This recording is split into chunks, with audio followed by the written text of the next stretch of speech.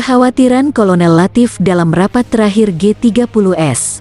Ditulis oleh Patrick Matanasi dari tirto.id. Kolonel Abdul Latif adalah Komandan Brigade Infanteri 1 Kodam 5 Jakarta Raya. Dia tinggal di Jalan Cawang 1 Kafling 524 Jatinegara bersama keluarganya. Rumah Latif menjadi tempat 3 rapat penting terkait tragedi 1965.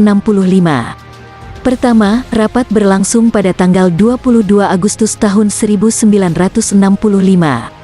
Kedua, rapat pada tanggal 29 Agustus tahun 1965 dan terakhir rapat pada tanggal 6 September tahun 1965. Kesemuanya, 3 rapat itu berlangsung pada malam hari. Tuduh Auditor Militer Letnan Kolonel Iskandar dalam persidangan Letkol Untung Syamsuri, pemimpin gerakan tanggal 30 September seperti tercatat dalam buku gerakan tanggal 30 September di hadapan Mahmilab Perkara Untung. Saat Untung disidang dan Latif menjadi saksi, dokumen sidang mencatat agama Latif sebagai Islam. Sebelum rapat di rumah Latif, ada rapat lain yang berlangsung di rumah Kapten Wahyudi di Jalan Sindang Laya nomor 5. Mereka yang hadir nyaris selalu sama. Ada Letnan Kolonel Untung, Syam Kamaruzaman, Sujono, Supono, Latif, dan tentu saja tuan rumah Wahyudi. Dalam rapat di rumah Latif, peserta rapat adalah orang-orang yang sama seperti di rumah Wahyudi, ditambah kehadiran Mayor Agus Sigit, Komandan Batalion 203 Kodam Jaya yang tinggal di Cijantung Blok H. Setelahnya rapat diadakan pada tanggal 12 September tahun 1965, tanggal 17 September tahun 1965, tanggal 26 September tahun 1965, tanggal 28 September tahun 1965. Sedangkan rapat terakhir berlangsung pada tanggal 29 September tahun 1965. Rapat diadakan di beberapa tempat dan rapat terakhir berlangsung di rumah Syam Kamaruzaman di Jalan Pramuka atau Jalan Rawasari Buntu, Jakarta. Mereka yang hadir juga sama. Dalam rapat-rapat itu, semua yang hadir memakai pakaian preman, sipil. Dalam rapat terakhir di rumah Syam, peserta rapat ketambahan Brigadir Jenderal Suparjo yang baru saja pulang dari Kalimantan Barat. Dalam rapat terakhir itu, seperti dicatat Victor M. Fick dalam buku Kudeta tanggal 1 Oktober tahun 1965, sebuah studi tentang konspirasi, Latif mengeluh kehadiran 60.000 tentara reguler yang tidak ikut dalam gerakan tanggal 30 September tahun 1965 yang sedang mereka rancang.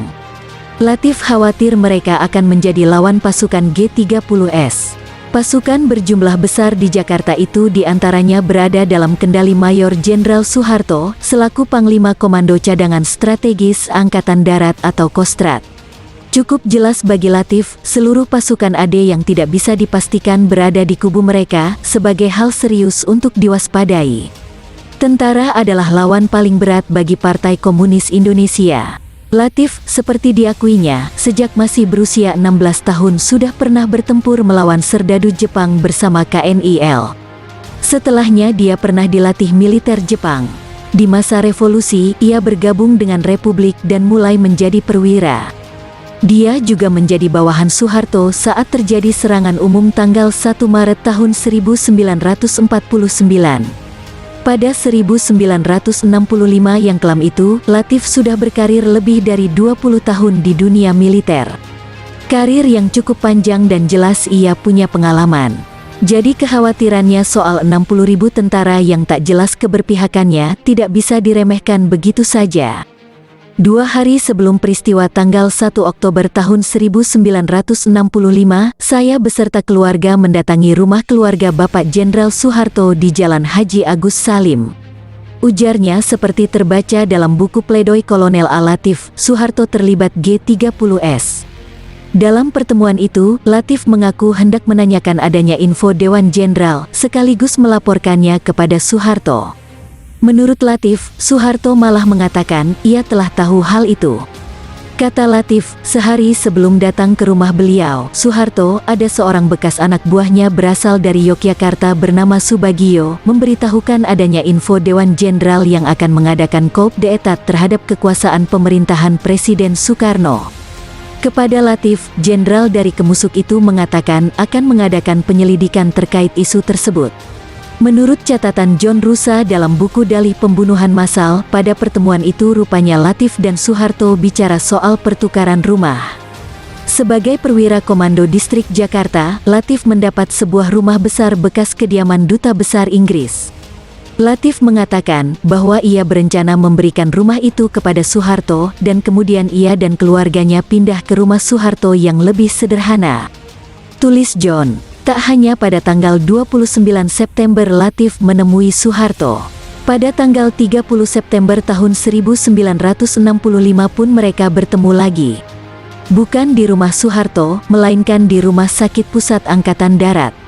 Hutomo Mandala Putra atau Tommy Putra Soeharto sedang dirawat karena baru saja ketumpahan sup panas.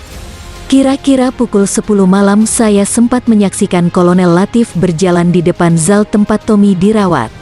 Aku Soeharto dalam buku Soeharto Pikiran Ucapan dan Tindakan Saya yang disusun Ramadan KH. Autobiografi Soeharto itu tak menjelaskan apa yang mereka bicarakan. Namun lain lagi dengan versi Latif. Ia mengatakan malam itu lagi-lagi ada pembicaraan soal G30S. Pak, malam ini kami beberapa kompi pasukan akan bergerak untuk membawa para jenderal anggota Dewan ke hadapan Yang Mulia Presiden. Aku Latif. Meski terkejut, Soeharto tetap bersikap tenang. Usai bertemu Soeharto di RSPAD, Kolonel Latif kemudian bertemu untuk melakukan koordinasi akhir dengan Brigadir Jenderal Suparjo, Letnan Kolonel Untung, dan lainnya. Malam itu, Untung yang sehari-hari adalah Komandan Batalion Kawal Kehormatan Pengawal Presiden Cakrabirawa, bertindak sebagai pemimpin G30S.